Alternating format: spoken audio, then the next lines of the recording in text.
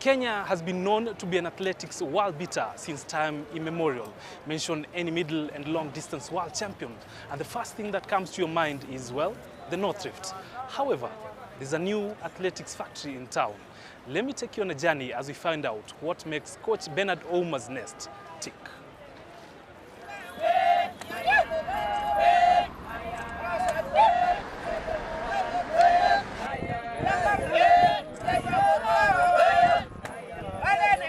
From the times of Kipchoge Keino, Rose Tatamuya, Tegla Lorupe, Paul Tergat, and to the most recent ones, Eliud Kipchoge, Ezekiel Kemboi, Conseslus Kipruto, and Faith Kipyegon, Kenya's world beaters have more or less been known to come from the North Rift. Located a few kilometers outside the capital city, Nairobi, welcome to the Rongai Athletics Club.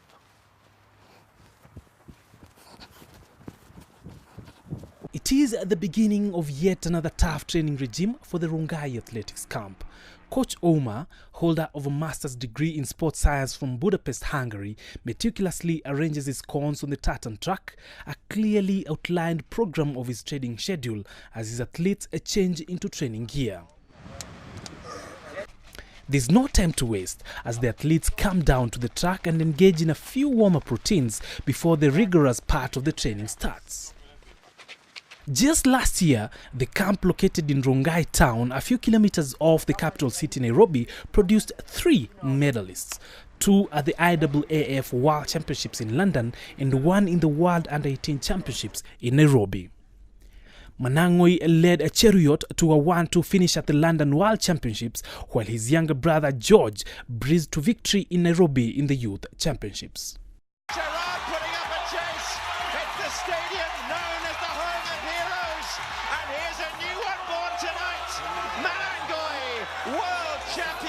Currently, the camp has close to 45 athletes who have been personally trained and picked up by Coach Ouma, most of them from the less fortunate families. But most would ask, why Rongai and not Iten, Kaptagat, Eldoret or Ngong, as most athletes do? The IAAF Level 2 accredited coach, second degree karate black belt holder, and also a holder of a diploma in international coaching, insists that the DNA of his camp and coaching style is discipline. My training philosophy, we call it the pedagogy of training, is a bit different from others. I'm not saying that, I'm not discredited other people's plan of training. But if you look at Rongai, I do a lot of applied science. That is my background as well, sports science. Rongai is 1725 to 1630 in terms of altitude. This is meters above sea level. You don't need higher than that when you're coaching middle distance. There's what is called hypoxic exposure, and that's the altitude now. I did my research with a number of scientists from Japan, and we settled for Rongai. Secondly, socially it's not crowded. We are quite few, which is good, and concentration goes up very high. It's not congested, and the atmosphere as well is very clean in terms of the air pollution. It's quite clean. So it's an ideal area for me. Other people find other areas to be good for them, but this is working for us, so we find it to be okay. We are one neat, large family coming together, and we share a lot in terms of sports as a social science, how to interact with their families, financial management. So this collectively is from a background of mutual understanding amongst ourselves. Yeah. The bridge between dreams and success is discipline, and the discipline comes in training. If you start getting shortcuts and trying to dope, that's indiscipline, and you're killing your career and you're in a hurry, which can be avoided if the athlete's expectations are managed well. Because athletics is a long-term process. You don't wake up overnight and become a world champion. For example, Elijah Manang'oi, we've trained consecutively for 7 years. Very hard training. So there are a number of issues to look into, the chronological age and the biological age. You won't wake up one day and say, oh, after 2 years, I want to be a world champion. No. It has a time, and you cannot do otherwise. It has to be within that time. Manang'oi, perhaps the most iconic figure of the camp, says Coach Ouma has done a tremendous job on them, and for him, the sky is just but the limit. The words are echoed by his younger brother George, who won the gold medal at last year's IAAF World Under-18 Championships in Nairobi. I came here the year 2010.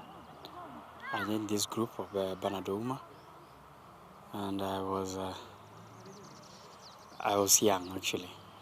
I started to say that I was a 400 meters runner that time, just 3 years, 2010, 2011, 2012, and also 2013.